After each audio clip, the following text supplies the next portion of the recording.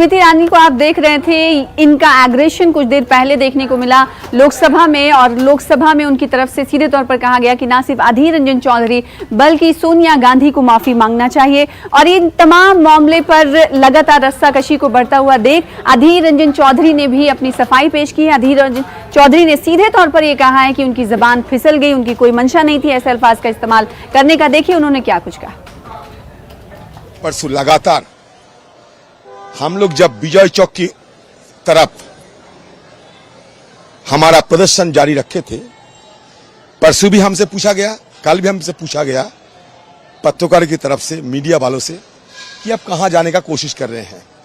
परसों भी मैंने कहा था कि राष्ट्रपति भवन हम लोग जाना चाहते हैं, राष्ट्रपति से मिलना चाहते हैं हमारा बात रखने के लिए। कल भी ये नौबत आई, कल भी मैंने ये कहा कि हम राष्ट्रपति जी भवन जाना चाहते हैं, और राष्ट्रपति बोलने का तुरंत बाद मुंह से निकल गया राष्ट्रपति जी के साथ मिलना चाहते हैं।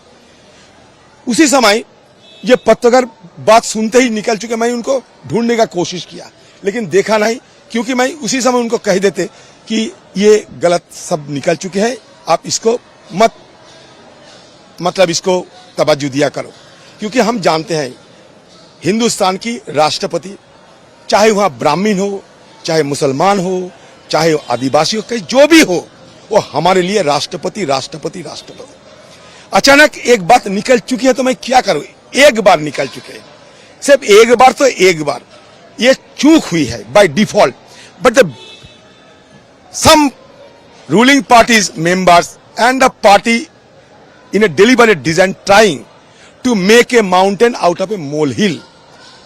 ये दुर्भाग्य की बात होते हैं। मेरा बात तो सुन लिया करो, वो जो वीडियो अब देख लिया करो। मैं सबको ये दावा देता हूं कि मैं जिस पत्रकारों मीडिया वालों के ये वीडियो बात कही थी, वो सब देख लिया करो ना। एक बार बाय डिफॉल्ट चूक हुई है, सिर्फ एक बार निकल चुकी, तो क्या करे।